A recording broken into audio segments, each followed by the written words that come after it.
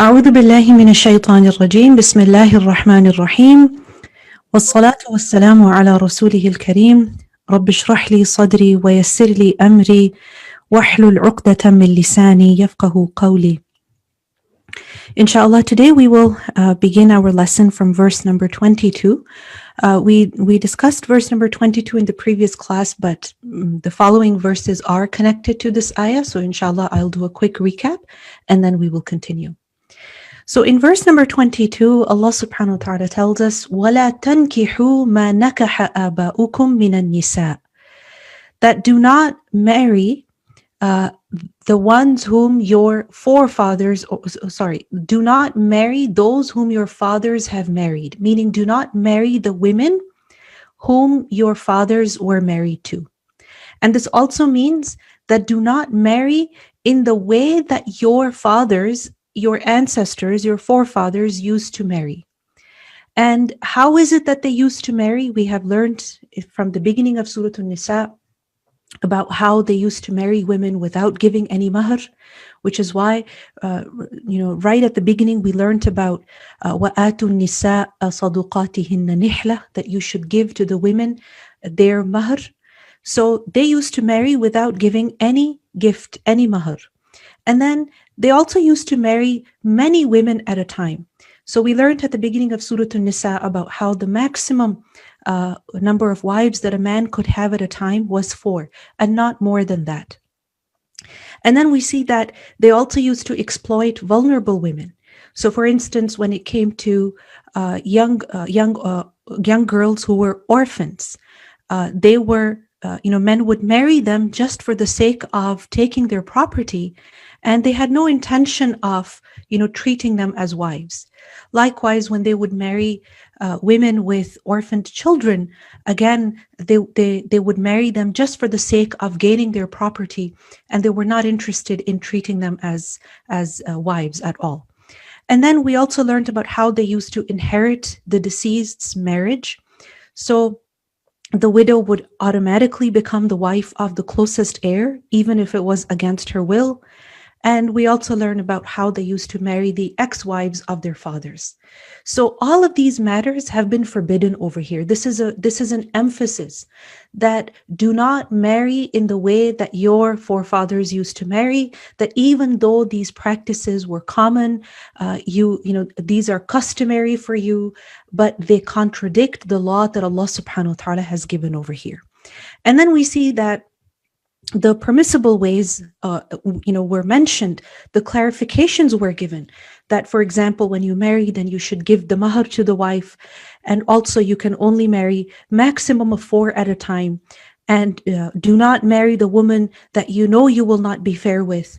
And you cannot inherit the marriage of the deceased. And you cannot marry the ex-wife of your father. So now in verse number 23, some more clarifications have been given.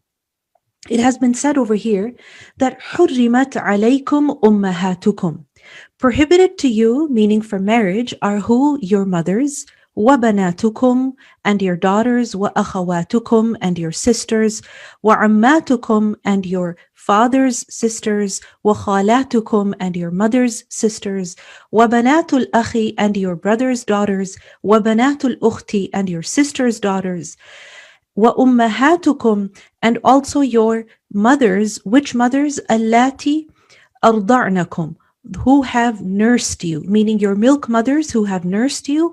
وَأَخَوَاتُكُمْ مِنَ الرَّضَاعَةِ, and also your sisters through nursing.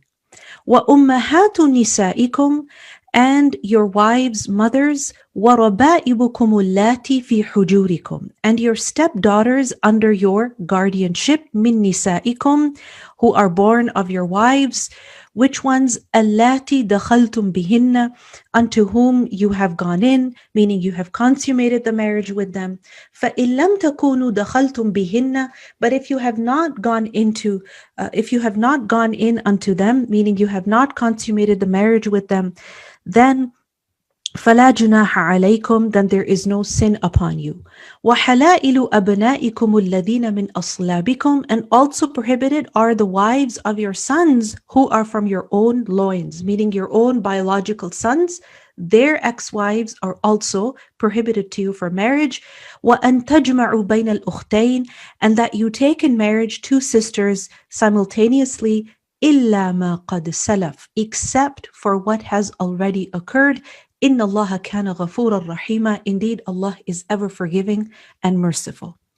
So we see over here that the verse begins with حُرِّمَتْ عَلَيْكُمْ.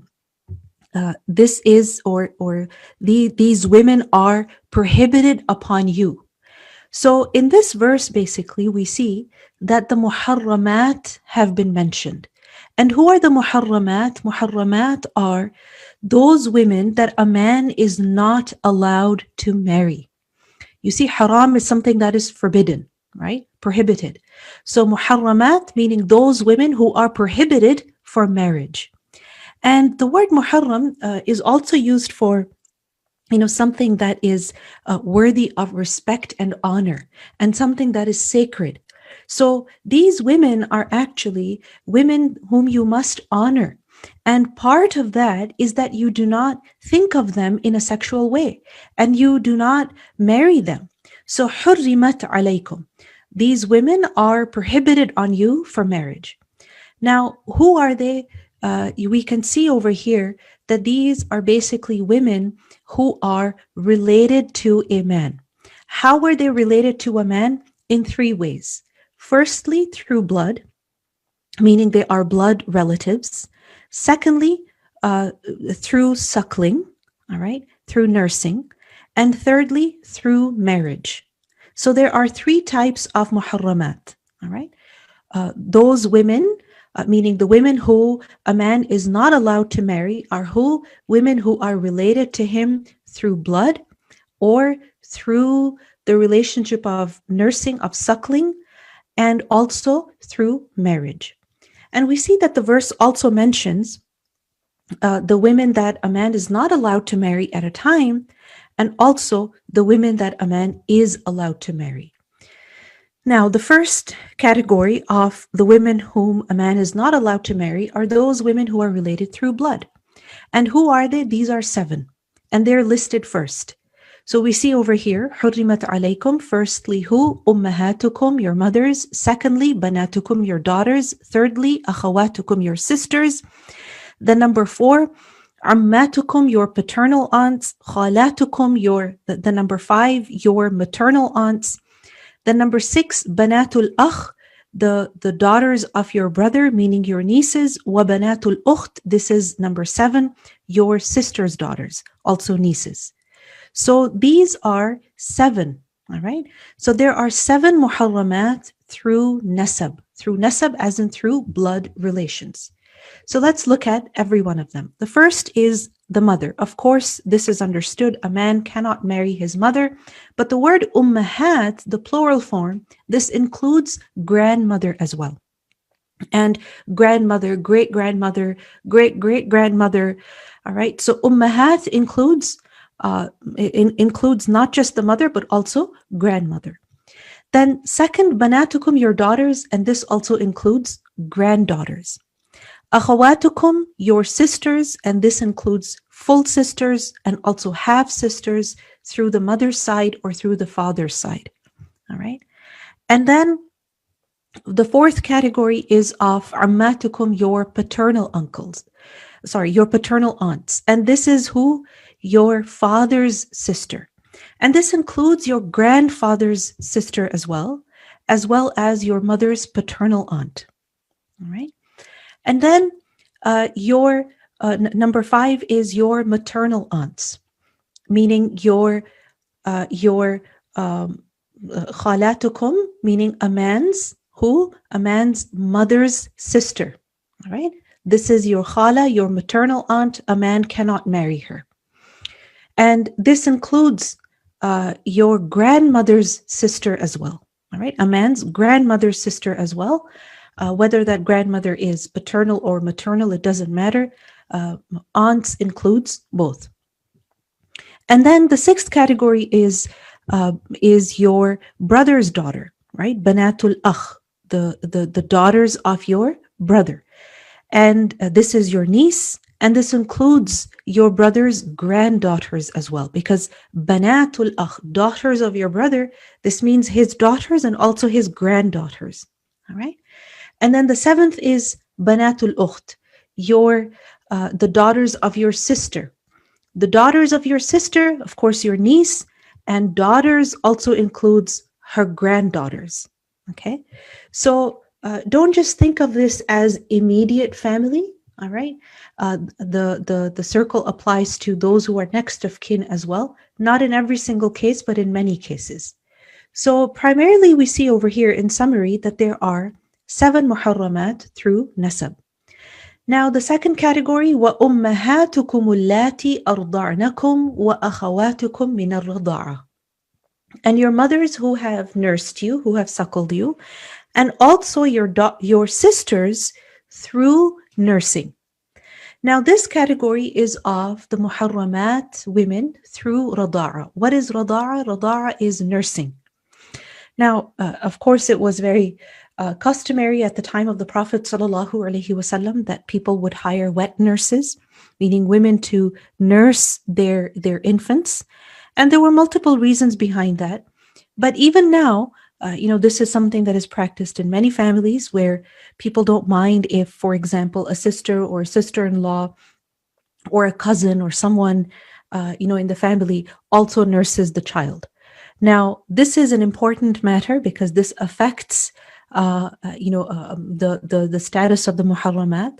So we see over here that the ummahat, the mothers who have nursed you, meaning a woman who has nursed you, she is like your mother, even though she has not given birth to you, but she is like your mother.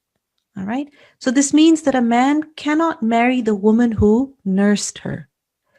And also, وَأَخَوَاتُكُم مِّنَ الرَّضَاعَةِ, your sisters through nursing. Meaning, if a woman nursed a boy, all right, and a girl, and neither of them were her children, they were, let's say, from the extended family or complete strangers, all right. Now, that boy and girl, they cannot marry one another, even though they're not related to each other through blood, but there is a relationship now through nursing, okay? Because the same woman nursed them both. So, وَأَخَوَاتُكُم مِّنَ الرَّضَاعَةِ. So we see over here that in this part of the ayah, the muharramat through rada'a are mentioned, and these are two. Who are they? First, the woman who has nursed you, and secondly, the woman who has been nursed by the woman who nursed you. Okay. Now, two are mentioned over here, two categories are mentioned over here, but in hadith we learn that all those relations that are prohibited through nasab, okay, through blood, are also prohibited through rada'a. Because the Prophet ﷺ said that inna rada'ata tuharrimu ma tuharrimu al-wilada, that suckling prohibits what birth prohibits. Okay. So, for example, if there is a woman who nurses a boy, and that boy, grows up to be a man, and then he intends to marry someone, and that someone happens to be the sister, okay, of the woman who nursed her. Can he marry her? No, he cannot, because she is to him like an aunt, okay, like a maternal aunt. So the Prophet ﷺ said that suckling prohibits what? Birth prohibits. In another hadith, we learned that suckling establishes prohibited degrees just as blood does. So these are also seven. Even though here two are mentioned, but from hadith we learn that these are seven, just like the first category. We learn in a hadith about how Aisha radiallahu anha, she reported that while the Prophet ﷺ was with her, she heard a man asking Hafsa radiallahu anha's permission to enter her house. Because remember that the houses of the Prophet ﷺ's wives, they were more like rooms, right? Hujurat. So next to each other. So a man came at the door of Hafsa radiallahu anha's apartment, and he was asking permission to enter. So Aisha radiallahu anha, she heard that, and she said to the Prophet sallallahu alaihi wasallam, I think the man is Hafsa's foster uncle. And the Prophet sallallahu alaihi wasallam, she asked him that he is asking if he can enter. And the Prophet sallallahu alaihi wasallam, he said that yes, he is Hafsa's foster uncle, and therefore there's nothing wrong. He is like an uncle to her. All right, so she does not have to wear hijab in front of him, and she is of the muharramat for him. And Aisha radiallahu anha then asked the Prophet sallallahu alaihi wasallam that if so and so man was still alive, and she was talking about her foster uncle, meaning the brother of the woman who had nursed her, would he be allowed to visit me? And the Prophet sallallahu alaihi wasallam said, yes. So this rule was not just for Hafsa radiallahu anha, this is for everyone. So to quickly summarize this point, we see here that a woman who nurses a child becomes like his mother. And so all the relatives through her, like her sister, her mother, all right, they would be prohibited for marriage for the boy that she nursed, because suckling prohibits what birth prohibits. Now the next category, وَأُمَّهَاتُ نِسَائِكُمْ وَرَبَائِبُكُمُ اللَّاتِي فِي حُجُورِكُمْ. Now basically the in-laws are mentioned over here, meaning those women who are prohibited for marriage because of nikah, okay, because of the man's marriage to someone. And these are basically 5. So these are basically 5. First of all, we see that in this category are ummahatu nisaikum, the mothers of your wives. So of course the mother-in-law, a man cannot ever marry his mother-in-law. All right. Likewise, ummahatu nisaikum includes grandmother of your wife. A man cannot marry the grandmother of his wife. Okay, so ummahatu nisaikum. Why are these women prohibited for him for marriage? Because of his nikah, his marriage to this woman. If he was not married to her, then of course he could have married them. So wa ummahatu nisaikum. Secondly, wa raba'ibukum allati fi hujurikum, and your stepdaughters who are in your guardianship, okay, who are in your laps, meaning who are in your care. Now, raba'ibu, this is the plural of rabiba, and rabiba is the daughter of your wife, okay? So basically a man's stepdaughters. So, for example, if she was married to someone else previously and she had, a daughter, and now she marries this man, and now, she brings her daughter with her. So the man cannot marry his stepdaughter. All right. And it is mentioned over here, allati fi hujurikum, those who are in your laps, meaning those who are in your care. Now, this doesn't mean that if they were not in his care, then he could marry her. So, for example, a woman marries a man and she brings her daughters, and now he is like a father figure for them, a stepfather to them. But there could be another scenario where, a woman's daughters, they stay with their father, with their biological father. And when she marries, the man, he just because those girls are not in his care, it doesn't mean that he can marry them. Okay, this has been mentioned over here, allati fi hujurikum, to emphasize that look, these are like your own daughters. Don't even think about marrying them. So وَرَبَائِبُكُمُ اللَّاتِي فِي حُجُورِكُمْ. So the second category is of who? Stepdaughters, the daughters of your wife.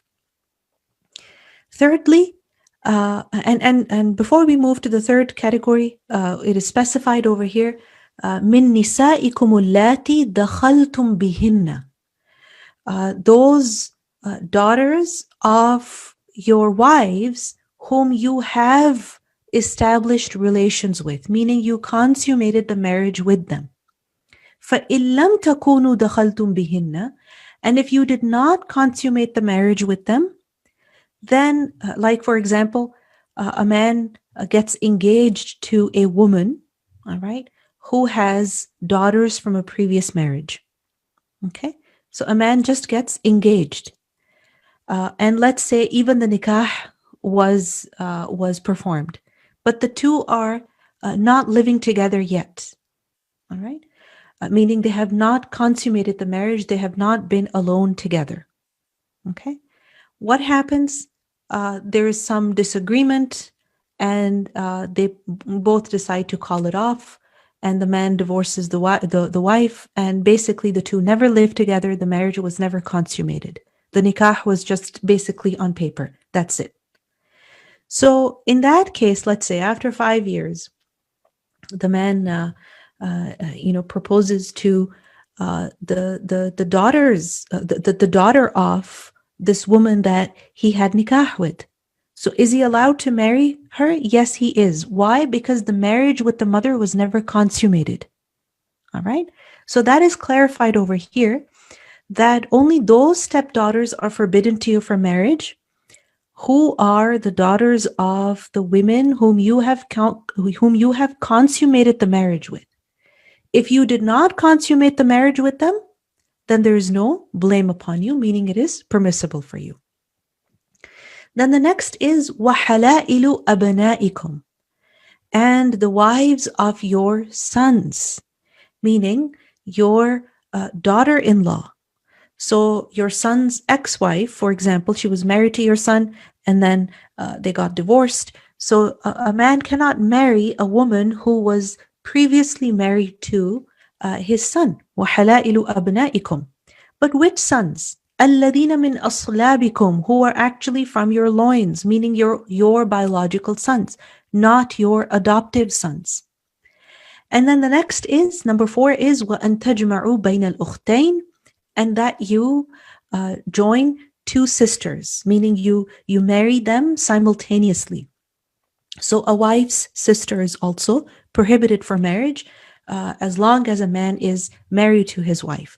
If the marriage comes to an end, in the case of divorce or death of the wife, then can he marry his wife's sister? Yes, he can. It is permissible.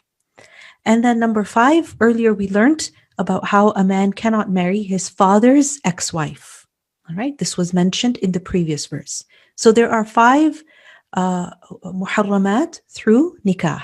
Okay, meaning because of some marriage situation, those women are not permissible for marriage. Now, a few clarifications over here. First of all, remember that the father's wife, okay, the father's wife, ex-wife, of course, the wife's mother, and when we're talking about this from a man's perspective, okay, the wife's mother, secondly, the father's wife, secondly, the wife's mother, okay, and the daughter-in-law. So 3 women that are mentioned in this verse and the previous, these 3 are forbidden for marriage, whether the marriage was consummated or not. Okay, it doesn't matter whether the marriage was consummated or not. The fact that your father even married a woman, all right, briefly, never consummated the marriage, all right, still, you cannot marry your father's ex-wife. Okay, likewise, the wife's mother. A man marries a woman, the marriage is not consummated, he divorces her. After some time, he finds out about her mother, that she's a very good woman and he wants to marry her. Can he marry her? No, he cannot. Why? Because he was married to her daughter. Even though they never consummated the marriage, still not allowed. Likewise, daughter-in-law, meaning your son's wife, your son's ex-wife, even though they never lived together, just nikah and divorce happened, still forbidden for marriage. Why? Because these are relationships which are more important than the marriage, right? And if you think about it, if a man marries his father's ex-wife, do you think the father is going to be happy? He's going to say, look, I divorced her. I never consummated my marriage with her. And here, how dare you go and marry that woman? So these are, marriages that would certainly cause problems in the family. And so, and this is one of the wisdoms. All right. Another clarification is that the ex-wife of a biological son is forbidden for marriage, not of an adoptive son. Meaning, if there is a man who, let's say, look at the seerah, actually, the life of the Prophet sallallahu alaihi wasallam. The Prophet sallallahu alaihi wasallam had declared Zayd bin Haritha as his son. He was not his biological son. He was his adoptive son, right? And then we learn in the Quran about how this kind of adoption was prohibited, in the sense that you can raise someone as your own son in the way that you treat them, but you cannot change their name. You cannot change their lineage. All right. And they don't directly inherit from you like a biological son would. All right. And likewise here, we see that when it comes to marriage also, the ex-wife of an adoptive son, a man can marry. Just like the Prophet sallallahu alaihi wasallam, he had to marry Zainab radiallahu anha, who was the ex-wife of Zayd radiallahu anhu. Okay. And then another clarification that is important over here is that a man cannot marry two sisters at a time, meaning a man cannot marry his wife's sister while he is married to his wife. Likewise, in hadith, we learn that a man cannot marry a woman, his wife's aunt. Okay? Meaning a man cannot marry his wife's paternal or maternal aunt while he is married to that woman. So at the same time, he cannot join between aunt and niece or two sisters. Why? Because being a co-wife is something that is incredibly hard on a woman, right? This is something that a woman has to constantly struggle with. It's already hard for her. And jealousy between co-wives is something that is natural, right? And it is something that they struggle with. And if a man were to marry two sisters at a time, then this would create a rift between those two sisters. And it would also create a rift between the aunt and the niece, right? So this would lead to qati'ah, all right? Severing blood relationships. And a blood relationship is something that is very sacred in our religion. So this is why a man is not allowed to marry two sisters at a time or marry an aunt and a niece at the same time. And this is mentioned very clearly in a hadith in Abu Dawud. Then Allah subhanahu wa ta'ala says, إِلَّا مَا قَدْ سَلَفْ, except for what has already happened. Meaning whatever has happened thus far has happened. And Allah will not hold you accountable for what you did before this law was revealed. Now you should rectify the affairs and move on. So we learn about a man, Fayruz ad-Daylami. When he became a Muslim, he was married to two sisters.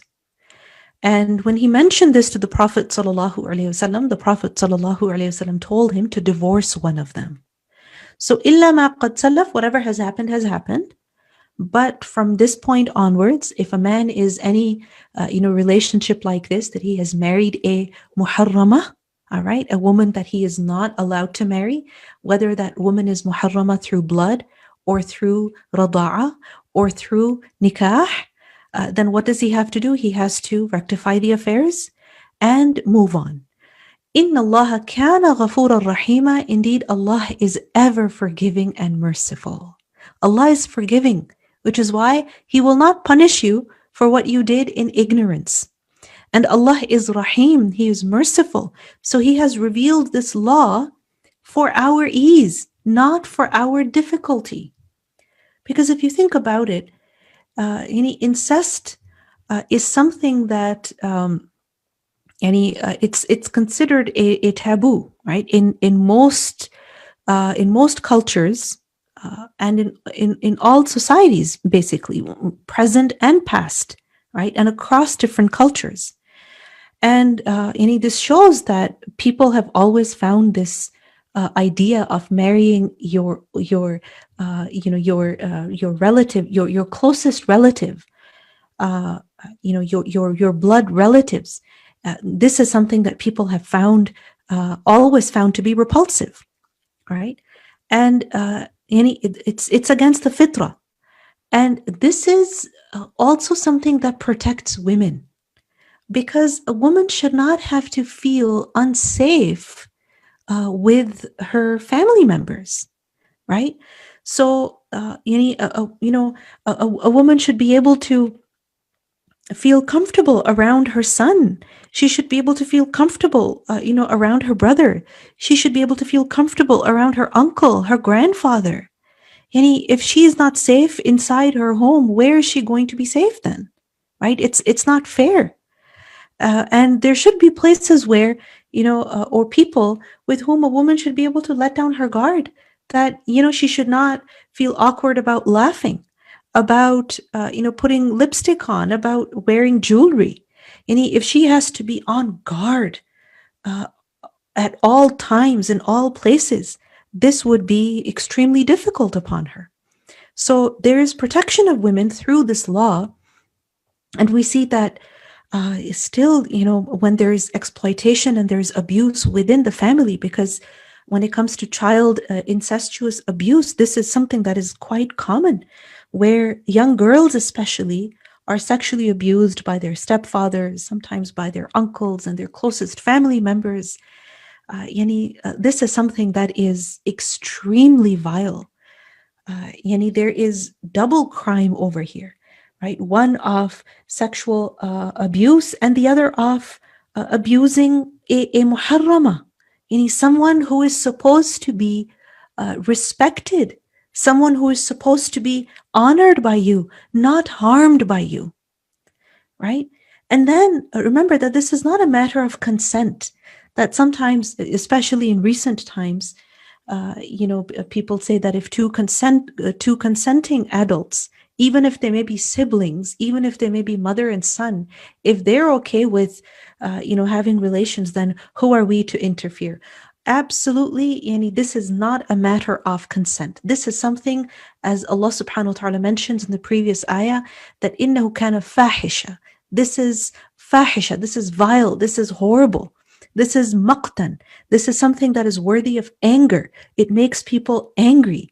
And it is sa'a sabila. It is an evil way, which is why we see that incest is something that is illegal, right? In majority of countries, even today. Now, of course, it is defined differently, but in general terms, marrying your mother, your sister, etc., this is something that is not considered okay anywhere. So inna Allah kana, so we see over here, inna Allah kana ghafuran rahima. This is out of Allah subhanahu wa ta'ala's mercy upon us. This is not to make our life difficult, but as His mercy towards people.